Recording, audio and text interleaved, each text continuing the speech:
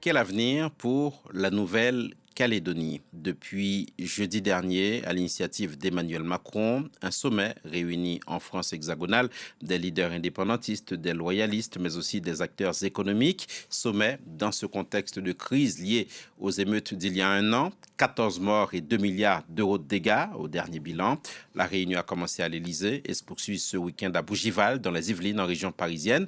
Que faut-il en attendre? Nous en parlons avec notre invité.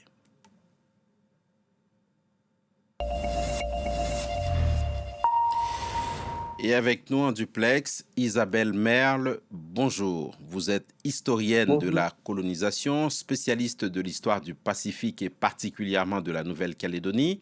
Vous dirigez des recherches au CNRS et vous avez notamment écrit ce livre, Expérience coloniale, la Nouvelle-Calédonie 1853-1920. Quel regard portez-vous sur ces négociations en France sur la Nouvelle-Calédonie? Que faut-il attendre de ce raout? Alors écoutez, cette négociation est appelée la dernière chance. Bon, on espère qu'il y aura de toute façon d'autres chances. C'est vrai que ça fait suite à une reprise en main par la présidence de la tentative qui avait été faite en mai de réunir l'ensemble des acteurs politiques pour trouver un accord global et ouvrir la séquence post-accord de Nouméa, je dirais, qui doit s'ouvrir de toute façon dans les années qui viennent. Donc, on en attend. C'est une sorte de rencontre en huis clos. Là, nous n'avons pas d'informations très précises. C'est un travail un peu entre les partenaires politiques et le gouvernement. Manuel Valls a été confirmé dans son rôle de négociateur, lui qui avait proposé un projet de souveraineté partagée en mai en Nouvelle-Calédonie, projet qui n'avait pas été habilité par la droite loyaliste. Euh, Professeur Isabelle Merle, pour qu'on comprenne bien de quoi l'on part, de quoi l'on parle, à quoi ressemble aujourd'hui la société néo-calédonienne qui regarde ces discussions? Est-ce qu'elle est autant fracturée comme on pourrait le penser entre partisans et adversaires de l'indépendance, entre indépendantistes et loyalistes? Je pense que non. En fait, là, il y a une évolution. Enfin, les accords de Nouméa, 40 ans de paix, le mot d'ordre, destin commun, les efforts qui ont été faits ont quand même porté leurs fruits dans une société calédonienne qui se reconnaît et qui cherche un peu le chemin. Le fait est que ce qui s'est passé depuis 2021, les référendums, mais surtout le troisième référendum, puis une non-écoute des indépendantistes et le privilège donné par l'État à l'écoute des plus radicaux, des loyalistes, Mhm. puis évidemment le passage en force, il faut le dire, du dégel du corps électoral pour les provinciales, et puis finalement les émeutes qu'on a connues au cours de l'année 2024 ont effectivement abîmé le vivre Mhm. ensemble et secoué profondément la société. Mais on doit noter que la proposition qu'a fait Emmanuel Valls quand il est revenu à Deva d'une d'une souveraineté partagée, il faut le noter, a été soutenue par un bloc large, non seulement les indépendantistes regroupés, mais aussi Calédonie Ensemble, l'éveil océanien. Et finalement, on a l'impression que c'est une droite radicalisée qui est dans le refus absolu de faire le pas pour apaiser le Mhm. pays, se projeter dans un projet le plus consensuel possible et qui est porteur d'un souffle pour les jeunes en particulier. Parce que dans ces négociations qui ont commencé à l'Élysée, Isabelle Merle, le mot d'État associé a été prononcé par Emmanuel Macron, au point que certains ont dit qu'un tabou a pu être franchi. Pour en revenir aux indépendantistes et aux loyalistes, quels sont les atouts, les arguments des uns et des autres? Est-ce que l'État français ne profite pas aussi de leur division pour se maintenir et défendre ses intérêts géostratégiques? Ce serait, en résumé, le fameux diviser pour régner. Alors, On est soulagé, enfin, de mon point de vue, que Emmanuel Macron se soit mis à l'écoute de cette majorité qui est d'accord avec le projet de Valls, de son ministre d'État, donc, et mis un peu à l'écart le projet très ségrégationniste, très partitionnel, qui était porté par les plus ultras de la droite loyaliste qui voulait se reconcentrer sur la région sud, une région redessinée qu'il dominerait et qu'ils géreraient de façon à leur manière dans la France en laissant les autres faire ce qu'ils voulaient.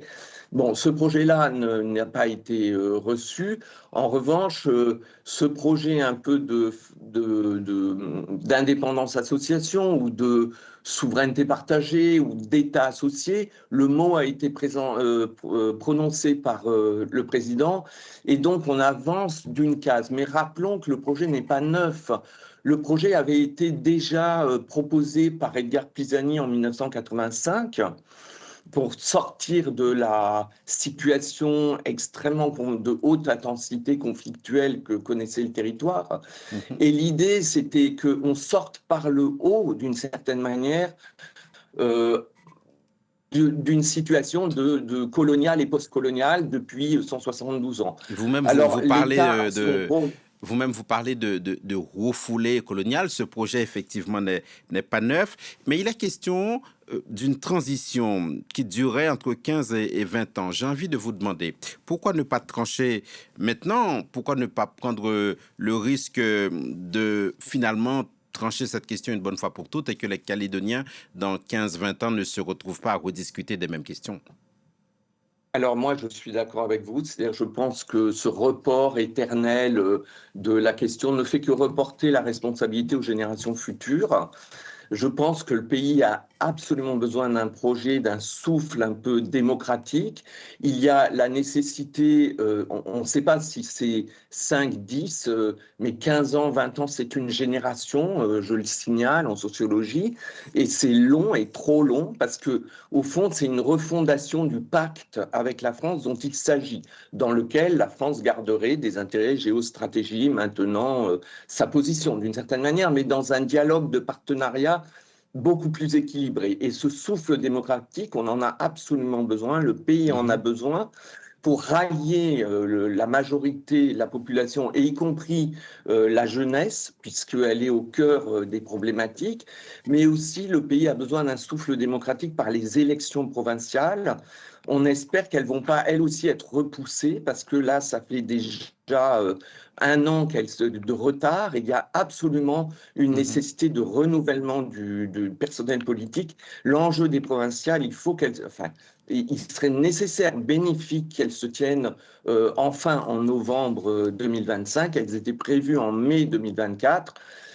Avec la négociation autour du Mhm. corps électoral qui a été le problème majeur sur lequel un compromis pouvait être trouvé auprès des natifs pour inclure effectivement tous les descendants de citoyens calédoniens qui, pour des raisons diverses, ne sont pas sur les listes des provinciales.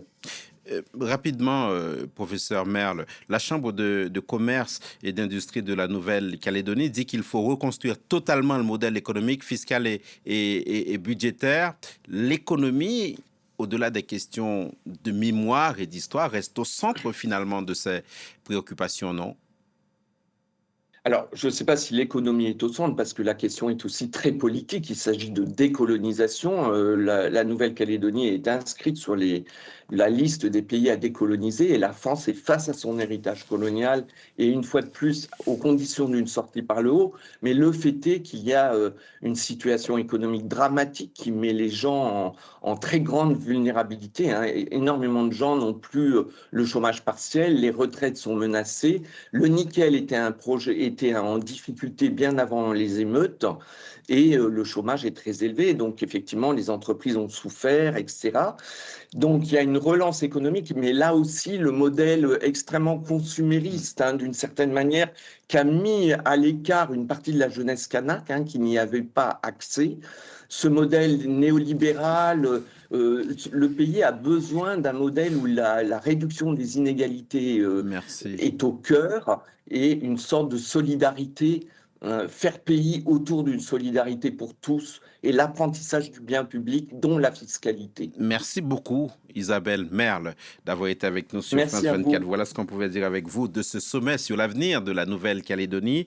Historienne de la colonisation, spécialiste de l'histoire du Pacifique, auteur notamment de ce livre qu'on a aperçu tout à l'heure, Expérience coloniale, la Nouvelle-Calédonie, 1853-1920. C'est ainsi que se referme cette 3e édition de Align Weekend. Merci beaucoup de rester sur nos chaînes. On se retrouve dans quelques secondes pour la suite.